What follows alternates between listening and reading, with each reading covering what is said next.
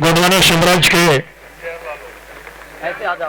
अंतिम शासक महाराजा शंकर शाह और उनके पुत्र कुंवर रघुनाथ शाह, उनके श्री चरणों में भी सेवा जहान करता हूं। आज इन महापुरुषों को हम लोग जो उनके जीवनी पर को सुनने के लिए, उनको चिंतन करने के लिए, उनके आदर्शों को बनाए रखने के लिए हम जगह जगह पर इस तरह से कार्यक्रम करके उनके प्रतिभा अनावरण करके और हम जानने का प्रयास कर रहे हैं। आज स्वतंत्र भारत में आदिवासी समुदाय मतलब गए गुजरे समुदाय ऐसा माना जाता है, लेकिन यह प्रमाण है कि गढ़ा मंडला गोंडवाना साम्राज्य के अंतिम शासक जिन्होंने ऐसे गढ़ा मंडला के ऐसे मलावी खानदानों में 1700 साल तक के राज करने का इतिहास है।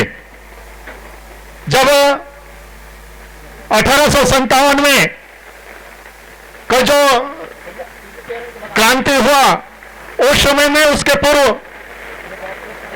ये दोनों पिता पुत्र जो हैं ये अंग्रेजों का विरोध कर रहे थे। अंग्रेजों ने इन्हें समझाने का प्रयास किया। अंग्रेजों ने कहा कि तुमको हम एक रियासत दे देंगे, तुम खुश रहो,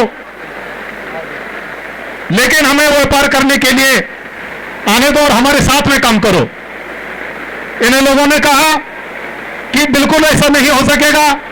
इस तरह से इनका विरोध इन्होंने किया और अंदर अंदर इन्होंने विरोध में शुरू कर दिया पूरे समुदाय को लेकर के।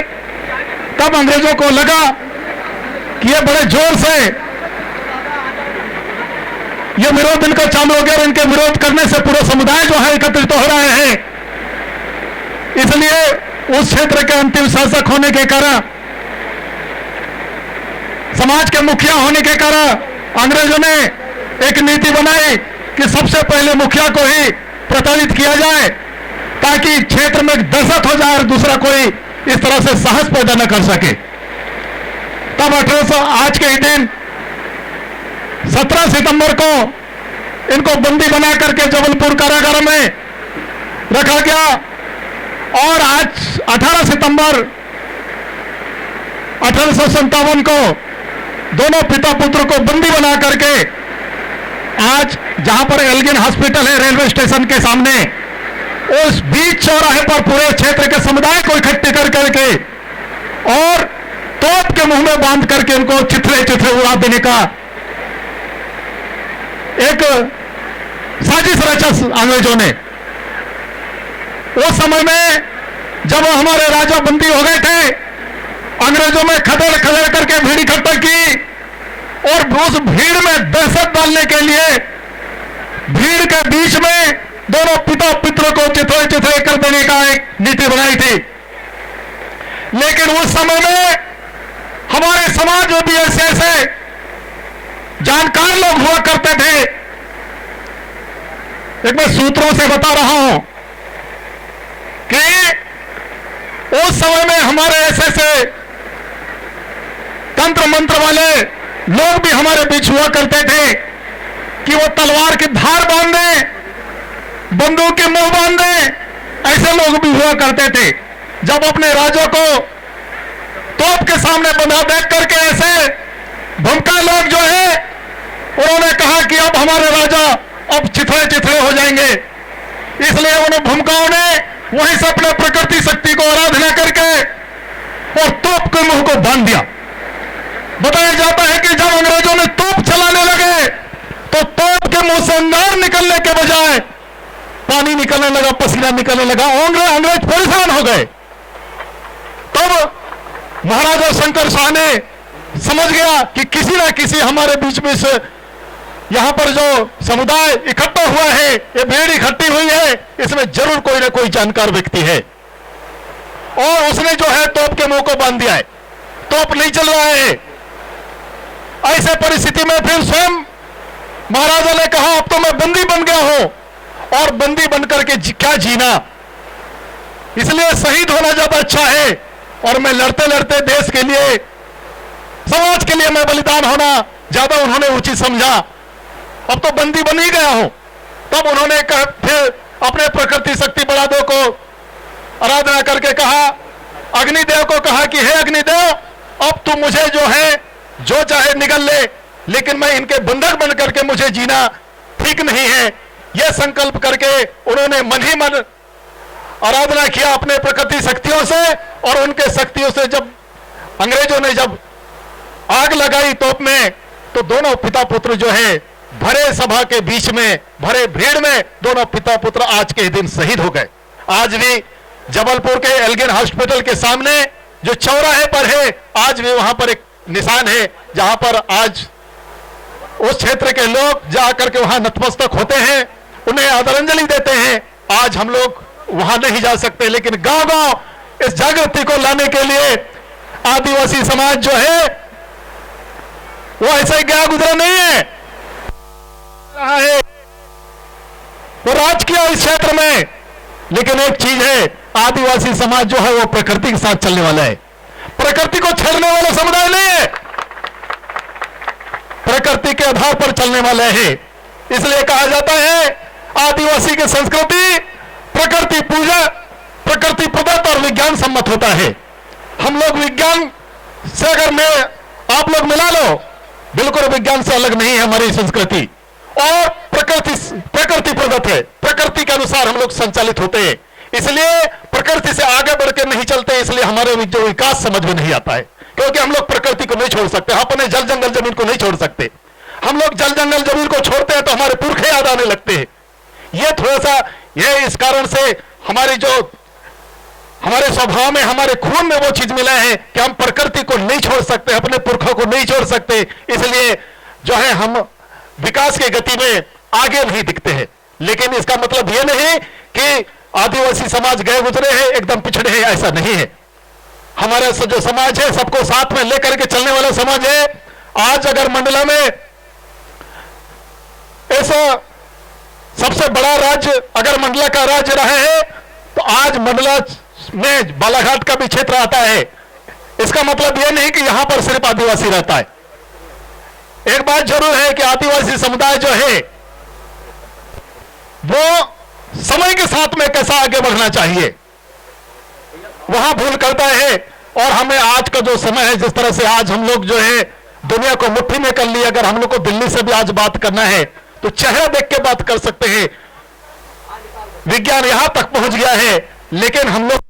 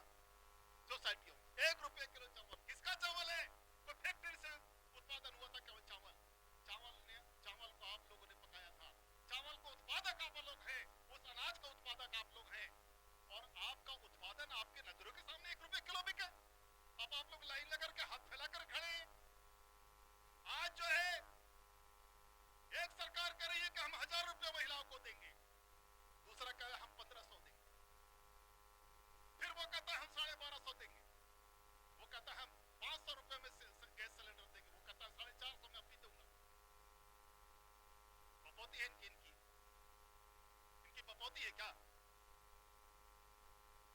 ये पैसा है आखिर किसका?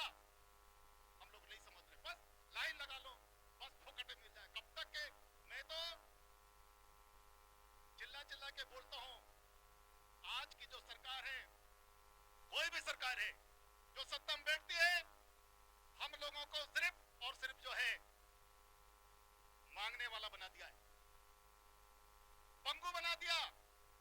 हमारे लोग काम करना नहीं देखते, फोकट में तो मिल रहा है, क्यों काम करेंगे? आज मीडियम वर्ग जो है वो परेशान है, हमारे जैसे खेती बाड़ी वाले लोग। सरकार से ज्यादा हमको देना पड़ रहा है। सरकारी रेट है 221 रुपया, हम दे रहे हैं 250 रुपया, फिर भी हमारे यहाँ काम करने वाला नहीं। इसलिए आप लोग मालिक हैं। और मालिक कैसे हैं मैं आप लोगों को बताना चाहता हूं। एक थोड़ा सा अभी सरकार ने बड़े एक लालीपाप देते हुए थोड़ा सा एक चूक किया और उस चूक को हम पकड़ करके मालिक बनने का हमें एहसास हुआ। वो कैसे अभी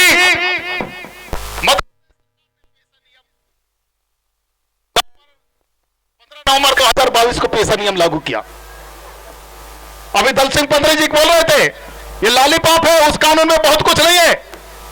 जहां पर जल जंगल जमीन की बात आती है, जमीन की बात आती है, वहां पर वो कानून बोलता है कि गांव के 50% मतदाता रहेंगे तब उसका उस ग्राम सभा कोरम होगा, तब वो प्रस्ताव पास होगा। हो ही नहीं सकता। जब 10% में आप लोग यहां पर उपस्थित नहीं कर पाते तो 50% कहां से हो पाएगा। कुल मिलाकर के है लालीपाप दे दिया, आप कुछ नहीं कर सकते हैं, वो ऊपर वाले जानते हैं। और ये आप लोगों की कमजोरी है। उसमें एक छोटी सी उन्होंने चूक कर दी और उस चूक को हमने कैसे पकड़ा वो बताता हूं। अभी वहां उन्होंने लिख दिया नियम 26 में कि अगर कोई ग्राम सभा लगोलोपच का संग्रहण और विपणन करना चाहती है तो वो कर सकती है। हमने फट से 10 गांव को हमने लिया, परसवाड़ क्षेत्र के 2 गांव और यहां के 10 गांव ऐसे 12 गांव को लेकर के हमने प्रस्ताव बहुत जल्दी देकर के हमने इस बार जो है तेंदुपत्ता का संग्रहण और व्यापार भी हमने ग्राम सभा के माध्यम से किया। मैं एक छोटा सा उदाहरण देना चाहता हूं। परसा टोला में इस बार तेंदुपत्ता कहीं अच्छा नहीं था, फिर भी 31,000 1.5 लाख मैंने तेंदुपत्ता गड्डी का टेंडर था, सिर्फ उसमें से सिर्फ 31,000 तेंदुपत्ता मिला हमको। 31,000 पत्ते में पूरा खर्चा काट के अब 45,000 रुपए बचे। 45,000 रुपए बचे हैं।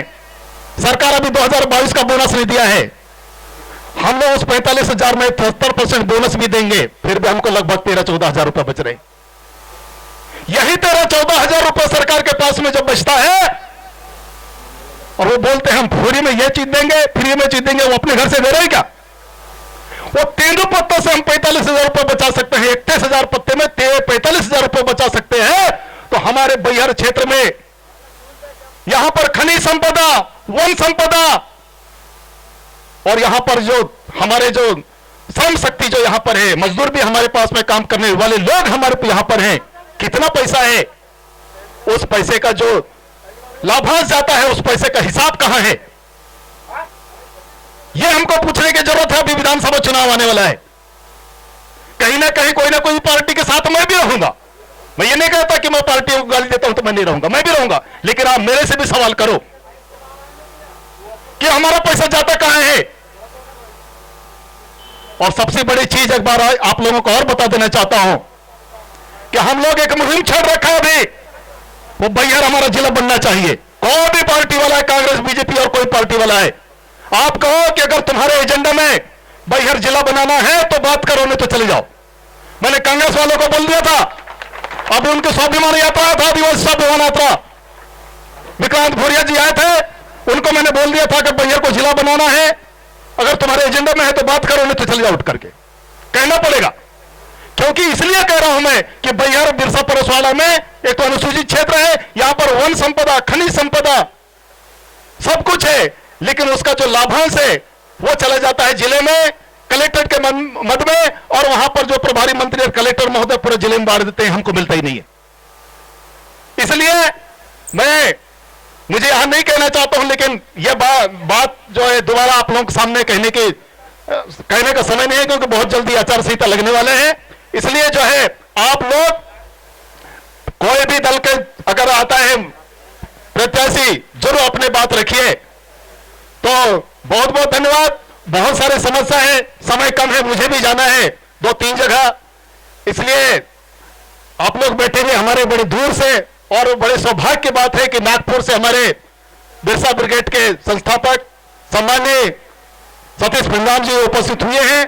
पूरे देश में वो अपना कैडर चलाते हैं, और हम कैसे मालिक हैं, हमें कैसे मालिक होना चाहिए आप लोगों को बताते हैं घूम घूम करके। उनकी बात हम अच्छी तरह से सुनेंगे। एक चीज मैं बताना चाहूंगा आप सभी वक्ताओं को, और जन समुदाय यहां पर इकट्ठा है, हमारे छोटे छोटे गलतियों के कारण बहुत सारी चीजें जो है आज हम लोग 1 सालों से यहां पर एक बैगा और एक गोंड समाज के जो भूमि स्वामी लोग हैं, एक बैगा यहां पर है जिसका 12 एकड़ जमीन फॉरेस्ट में चला गया है, उसको हम त्रुटि से वहां पर चला गया है। उन्होंने 1 एकड़ तालाब बनाने के लिए दिया था, तो पूरा के पूरा पटवारी ने 12 एकड़ चला दिया।